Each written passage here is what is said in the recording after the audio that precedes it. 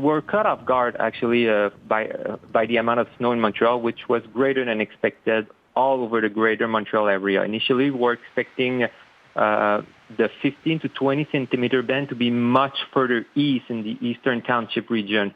However, that band shifts a little bit more west over the Montreal area. That's why we end up with 15 centimeter above the initial forecast that was 5 centimeter for Montreal. At Pierre-Éliott Trudeau, we reported 8 centimeter of snow, and in downtown Montreal, that was 20 centimeter of snow. So that's way much higher than what we were expecting. So we forecast the 15 to 20 centimeter, but not at the right place. For example, at Quaticook, we were expecting 20 centimeter, but this morning, less than 10 centimeter of snow were reported there.